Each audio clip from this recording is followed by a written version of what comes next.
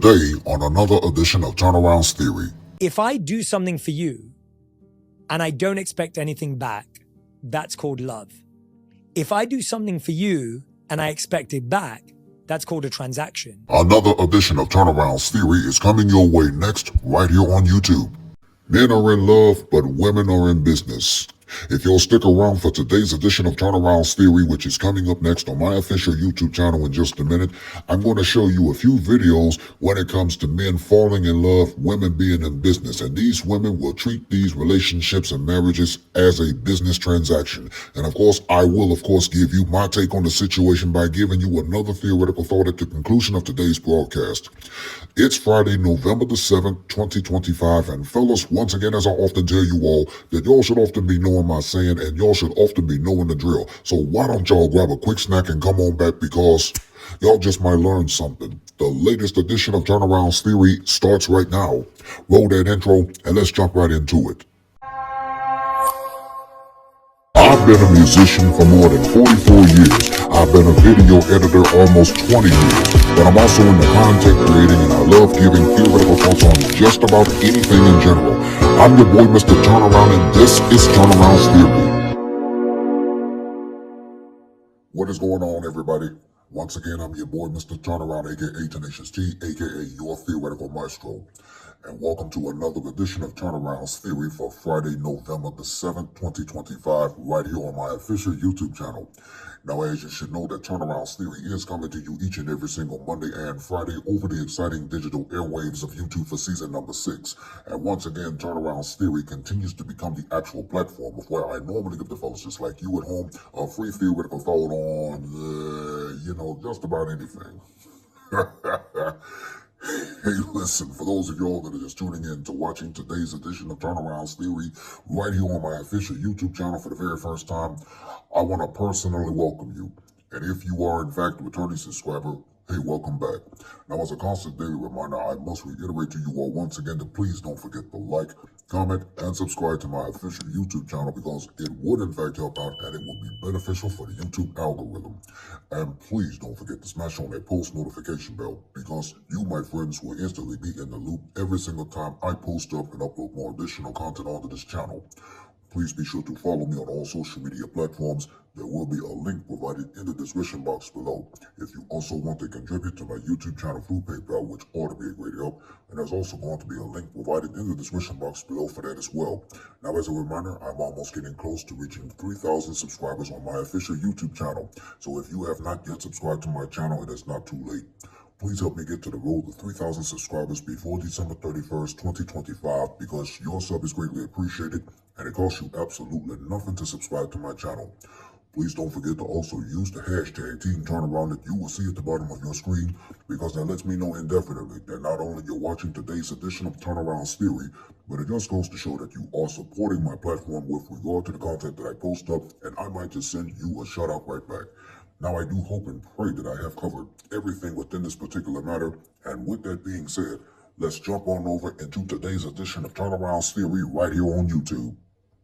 Marriage is a business with a legally binding agreement that you'll uphold the obligations and responsibilities as a partner. Like any business, marriage needs planning and commitment, communication, having shared goals, strategic decision-making. You're working towards something together. Does this not sound similar to how a business operates? The moment you fall short of the expectations of a job or don't meet quota or whatever it is for that quarter, you're in a meeting with your boss. It sounds very similar to, we need to talk. Marriage is a business. If you continue to not meet those expectations and projected goals in a business after all the talkings and warnings, what happens? You get fired. What do you think happens in a marriage when I've been trying to talk to you? I've been saying that these are the problems. How many times do I have to say this? You know what? I think we should separate or just divorce. I told you, marriage is a business. When people say it takes work, they mean it. People who tell me, oh, marriage is like a business. No, it is a business. Because the moment you do not uphold your end of the contract is the moment that partners are like, I don't think this is going to work anymore. We're looking for other partners, business partners. Transactional relationships always fail in the long run. Our relationships should be mutually beneficial or reciprocal. But a lot of people don't understand what reciprocity means without transaction. And often it just comes down to what your motivation is to contribute to your relationship. In a transactional relationship, the reason that I do things for you is because I want you to do things for me. But that means I'm not going to contribute to the relationship unless I get something in return. This can look like a lot of different things, but often the example that we see is, oh, well, I make all of the money, so you should do all of the domestic labor. And if you want me to contribute domestically to do more of this labor, then I'm going to need something from you in return. That's very different from someone who says, I love you. I love a relationship. I want to build you up. I want to see you have joy. I want to contribute to this relationship so that it can be strong and beautiful. It's almost like a communal approach to the relationship versus a capitalist approach to the relationship. And it causes a big issue when one person approaches the relationship as a communal activity while the other person approaches the relationship as a transaction. Because that person who is really focused on improving the relationship and puts all of their effort in is going to do more and more and more. And as that person starts to put in a disproportionate amount of effort in the relationship, that becomes normal for the relationship. The person who sees it as transactional will start to just expect that amount of effort all the time from their partner. Even though their partner is carrying all the weight in the relationship, they're still not going to contribute more unless they think they're going to get an additional benefit from their partner. And so this continues until it becomes pretty much just a parasitic relationship. If you can call it a relationship at all, it really just starts to look like one person exploiting another person. So it's good to establish early in a relationship this mentality of giving to a relationship without expecting a return. Because if both partners are giving it their all, if both partners are truly invested in the relationship, you're going to benefit. You're both going to benefit. You're both going to be happier, less exhausted. You're both going to enjoy the relationship. But the instant that one person starts to see the relationship as transactional, all of the life is going to be sucked out of it. All relationships are transactional. It's not a matter of whether you agree with it. It's not a matter of whether that's how it should be. It's just a matter of that's how it actually is. We don't always speak the transaction out. We don't create a written contract. It's just an implied transaction situation. So one party is expecting to maybe have access to your time, to your space, to your energy, and meanwhile you may be expecting that someone's going to pay you or provide access to their resources or share with you. Sometimes you're doing things in what are called covert contracts, where you're being nice to someone hoping that they're going to reciprocate down the line. I would advise, don't engage in a covert contract. If you're going to want something down the line, let them know that. Say, hey, I'm going to do this for you now, but you're going to owe me. That way it is no longer covert and it's a pure right on the table contract. And then they understand, yeah, we agreed to this, we went into this knowing that I was going to owe you down the line. Otherwise, you just end up resenting people for really no just cause, because you did them a favor and then later you want it returned, but then it's not really a favor. So really you're the one who is demanding too much, because you understand you weren't upfront. So we have to be upfront when we're in our relationships, when we're starting relationships, especially in the beginning of relationships. We don't always know what boundaries we have to establish, because sometimes we have to wait until they violate a boundary, meaning make us feel uncomfortable, or try to get too many resources. We have to wait till that happens. But sometimes we know up front when we get started where we want to draw the line on certain things. So it's best to be upfront, tell people exactly what you want, and tell people exactly what you're willing to give them. To the extent that you can see that there's a need on your part or on their part, go ahead and communicate that need. Don't be afraid. Women have made dating into high-key prostitution. Y'all are really trying to slide it like it's not. Hey, I done gave you my time and my time costs. And they for a date? I feel like the date is the payment. I feel like me taking you out to dinner, that's not enough conversation. You're no, I got bills to pay. I don't got time to waste. Ooh, why are you on this date? You didn't have to accept it. You could have said no. I'm not in a place in my life where I can date right now. Y'all will accept dates and then want a man to pay for your time. Tell me that ain't prostitution. If y'all don't quit fucking playing, if you just selling that coochie, just say that. Say this cooch for sale. My time is for sale. Say I am a high key escort, but I want to keep it low key. Cause that's what y'all are giving. If I pay for every single bill in this house, that means everything else you need to be paying for.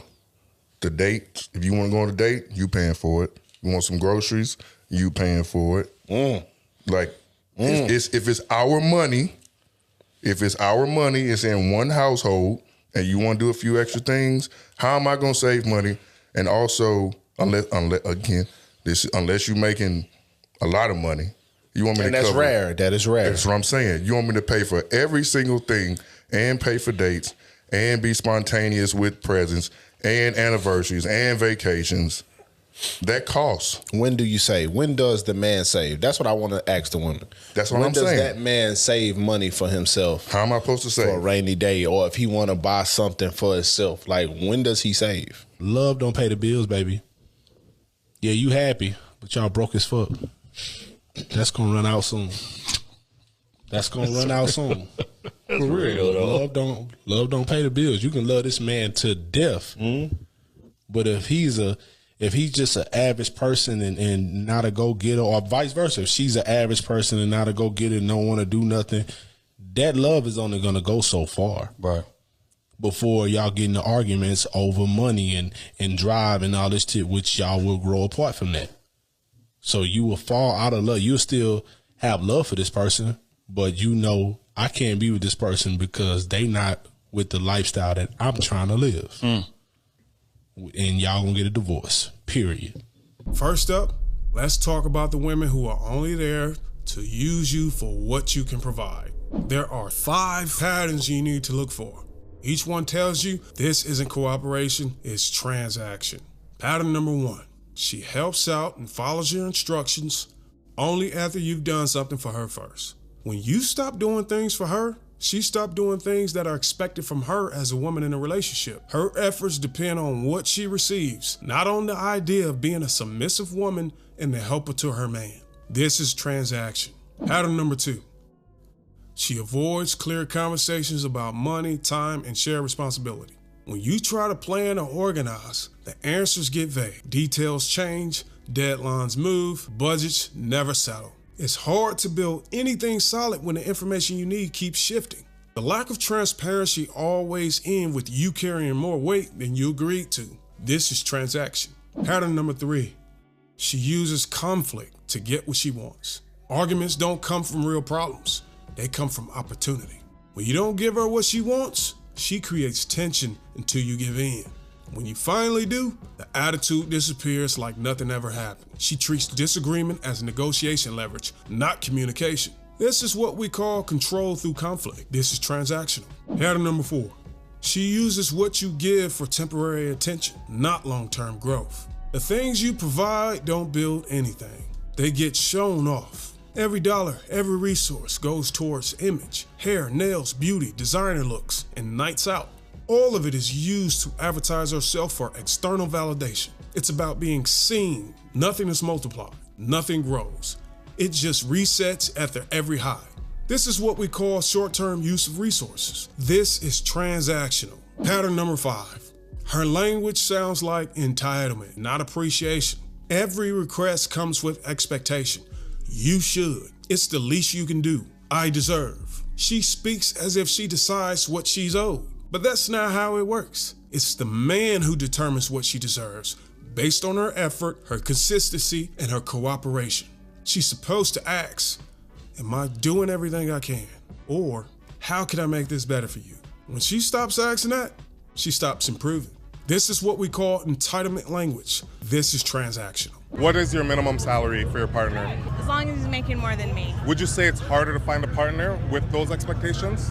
Listen, I feel like relationships are low-key a business arrangement, so it has to make sense. Men are naturally the providers, so not to say that we're looking for men that are making a ton of money, but for things to make sense and logically work, the man has to make more than a woman. What is this? Because that's the leader of the household. That's the one that's going to make the end decisions.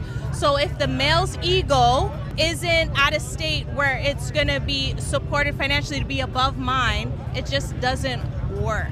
How do you do that? How do you do that? What the hell is going on? Your relationships should be transactional. Oh, hell no! I said it, and yes, I really mean it. Whether that's with a sibling, a partner, significant other, coworker, parent, any adult relationship, you have to start looking at things like a transaction in your emotional bank account. Stop the cap.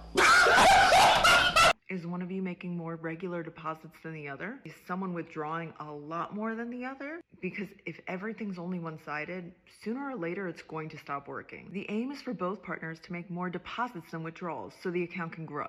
I'm here to tell you right now, we don't care. Because when you're growing your account together, there's a little bit more room for both parties to be relaxed and not so focused on who has to withdraw when. And withdrawals will need to happen from time to time. Police! Help! Police! Help! For example, say you have to work late and you can't make it to your girlfriend's underwater basket weaving competition. It's a withdrawal because you weren't able to be there for them. Totally understandable. It happens. Life happens. But let's just say that happens 10 times in a month without any kind of deposit being made. And a deposit can be something like cooking your partner dinner when they're busy, being a listening ear when they just need someone to unload to. There are all sorts of ways to make deposits. But if you're always only withdrawing, it might not be a really sustainable thing. So what are you supposed to do with this info? Definitely do not sit down and write down all the people depositing and withdrawing in your life. Start by thinking about the relationships that are really important to you. Look at your own deposits and withdrawals within those relationships. You're a victim. Would you be doing more? If you're the only one making deposits, is it worth talking to your partner, your friend, whoever the other person is, and communicating that you need them to do more? If only one person is making deposits, eventually both parties are going to have to evaluate whether they really want the relationship to continue to grow or even sustain itself. If so, things might have to change. I'm so tired of this transactional relationship era that we're living in.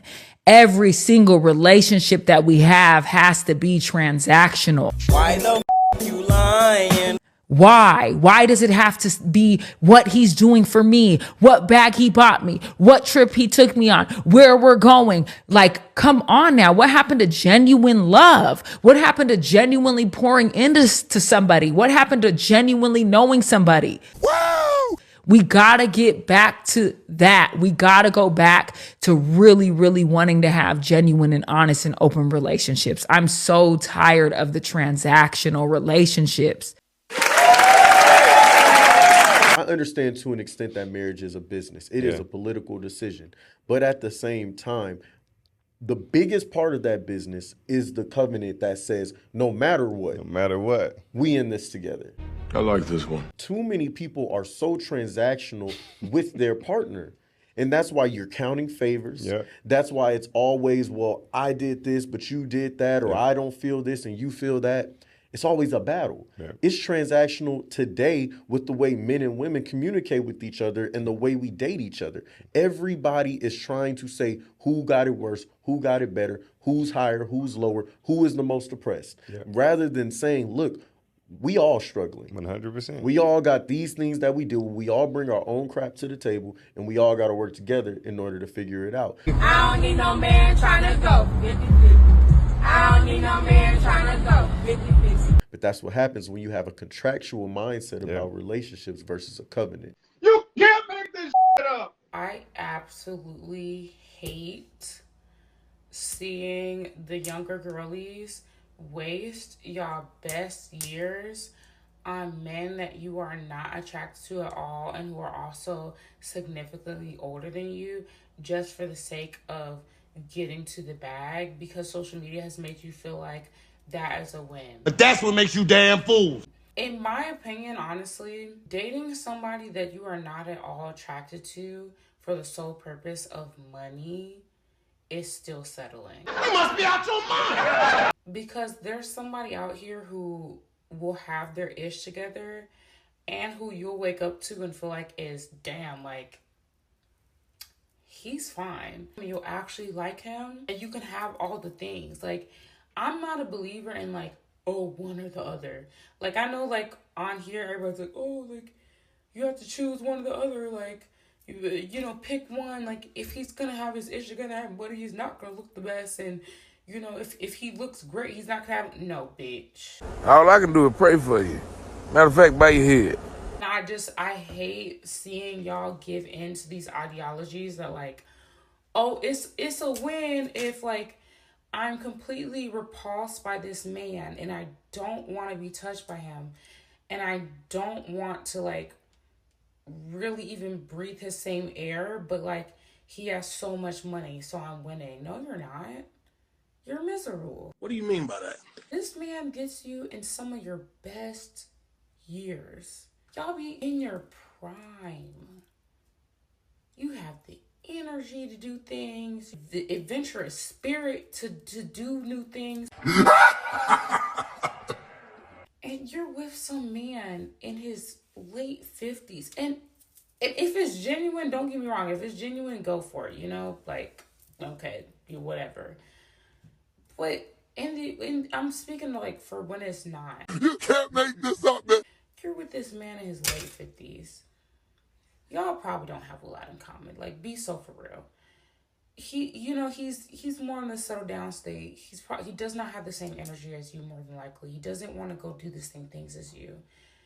Y'all have two different sets of values because y'all are at two so different points in your life. And you have convinced yourself that you're winning because, oh, money. Okay, great, money, time. You can't get the time back.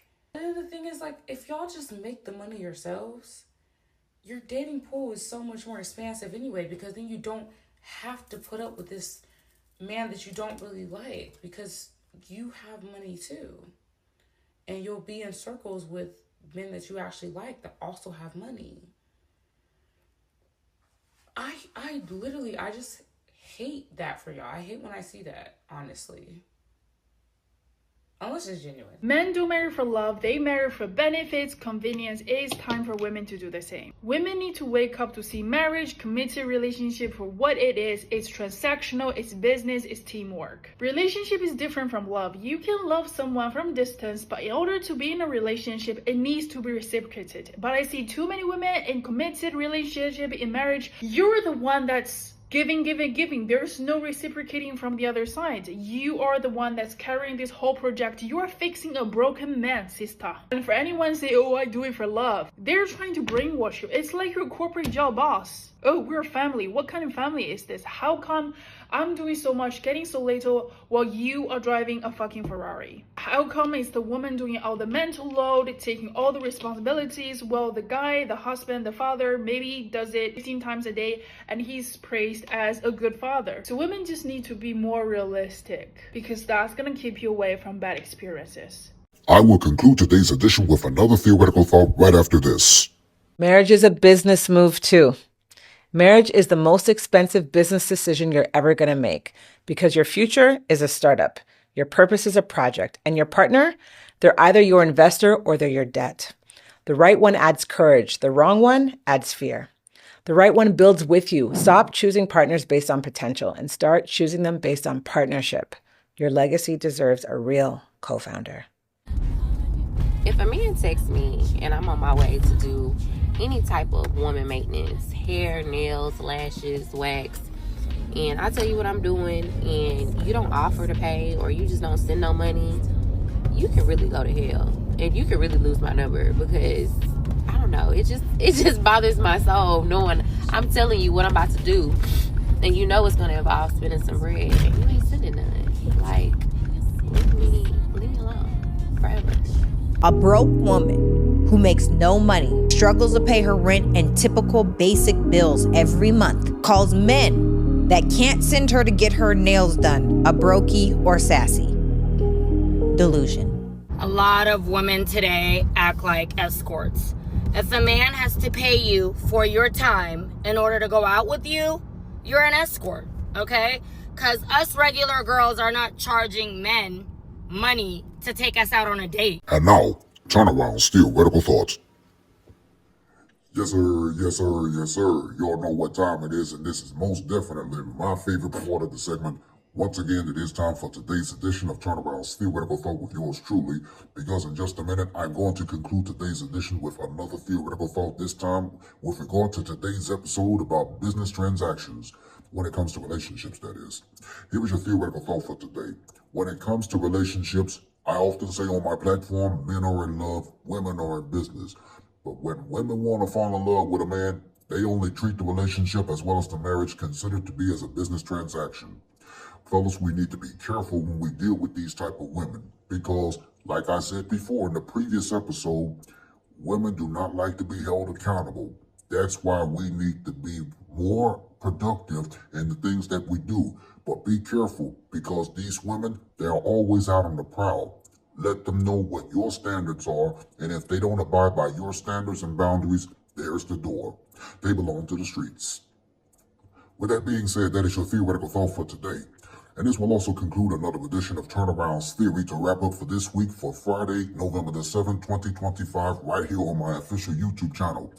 Now, coming up in 3 weeks, I will be hosting another special Thanksgiving edition of Turnaround's Theory that will be on my official YouTube channel as well as Facebook and Instagram. Once again, I will be hosting another special Thanksgiving edition of Turnaround's Theory coming Thursday, November the 27th in 3 weeks, right here on my official YouTube channel along with Facebook and Instagram. Hey, listen, I want to thank you for watching another edition of Turnaround's Theory for my official YouTube channel. Once again, this platform is actually designed to help empower men to make better choices and life-changing decisions when it comes to the dating world. Hey, listen, let me know what you think in the comment section below concerning today's video. And as a constant daily reminder, I must reiterate to you all one more time to please don't forget to like, comment, and subscribe to my official YouTube channel because it would in fact help out and it would be beneficial for the YouTube algorithm. And please don't forget to smash on that post notification bell because you, my friends, will instantly be in the loop every single time I post up and upload more additional content onto this channel. For Turnaround's Theory, I'm your boy, Mr. Turnaround, aka Tenacious T, aka your theoretical maestro. I thank you for watching. I look forward to seeing you right back here again this Monday for another edition of Turnaround's Theory. And until then, Team Turnaround out.